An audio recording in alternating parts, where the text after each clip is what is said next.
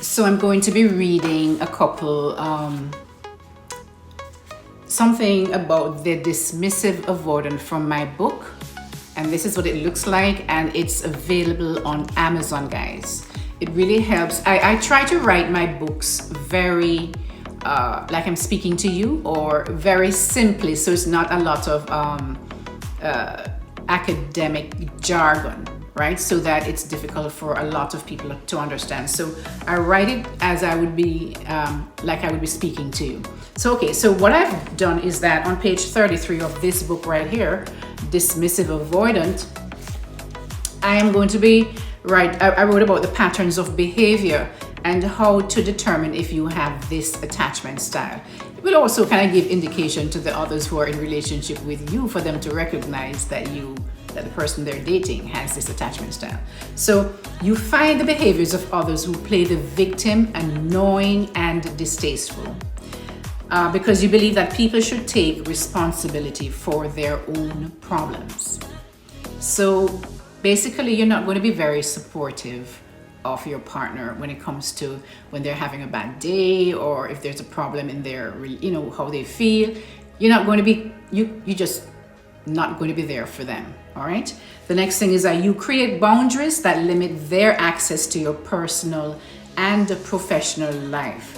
For example, you won't be open, like say, to introduce your partners to your family or friends. Neither are you interested in meeting theirs. And you're quite unlikely to invite your partners to work functions or events or family events. Remember, no, nothing is hard and fast, guys. This is just kind of like a guideline to see. There are different, it's along a spectrum. So depending on the dismissiveness and the avoidance of that particular person, to the extent that they will go to this. But these are some guidelines, all right? You're unlikely to invite partners to work functions, even when the invitation permits you to add someone else. The excuse you'll probably give is that you're a very private person and you don't need to, and you don't need people to be into your business. That's kind of usually an excuse that you will hear. And a lot of the excuses also, if it happens, it happens, or when it happens, that kind of thing. And most connections, 99%, I mean all connections really, I've never seen a dismissive avoidant being able to really get deep until they start healing themselves. But more than likely, they're usually their connections with others in relationships are usually at a surface level. They can't go any deeper than that, and it scares them, actually, literally scares them.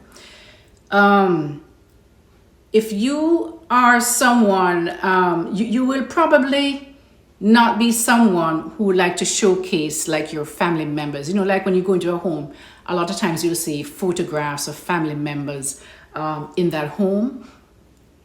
This is a person who does not consider that it's not something that they would do. Most of them would not do that. They won't have family members pictures. You won't see relations, so you can't really go there, because what happens is that if they showcase it, then and somebody comes into them, they're going to be asking questions, and they don't like that. All right. You're not open to allowing those that you're in relationship with to leave anything in your home. You don't want them to start getting too comfortable in your space.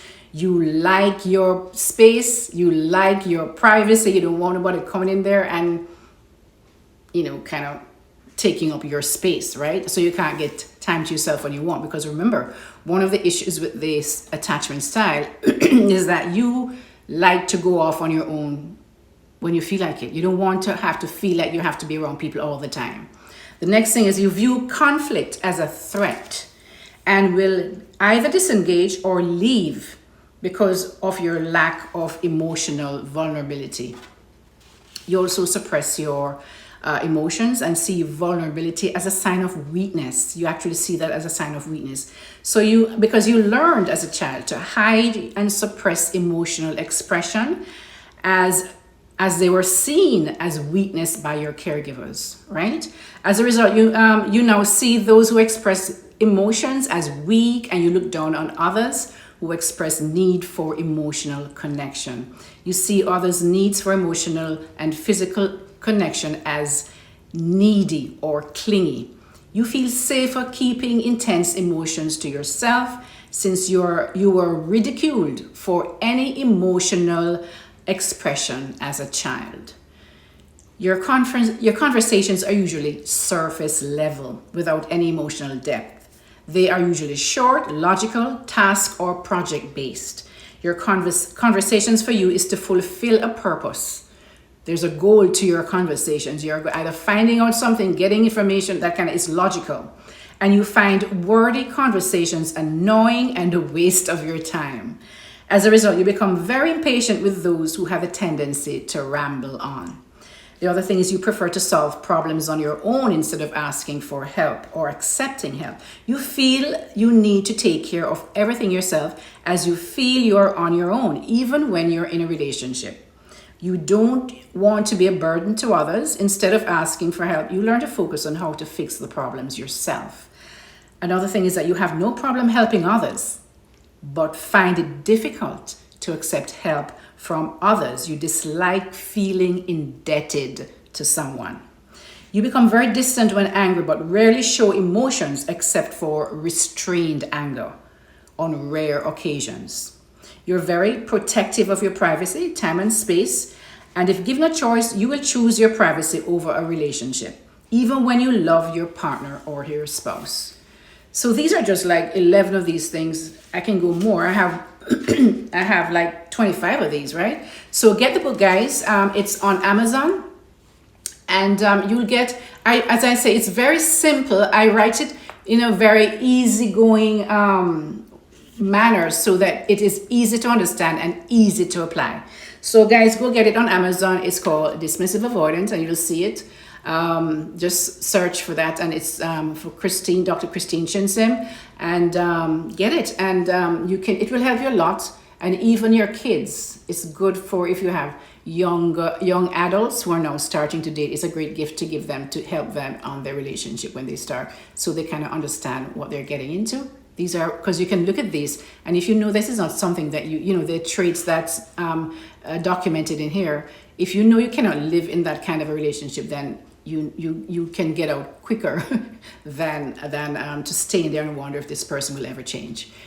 It's very unlikely that they'll change until they become aware and actually feel the need that they need to change. You cannot change anyone.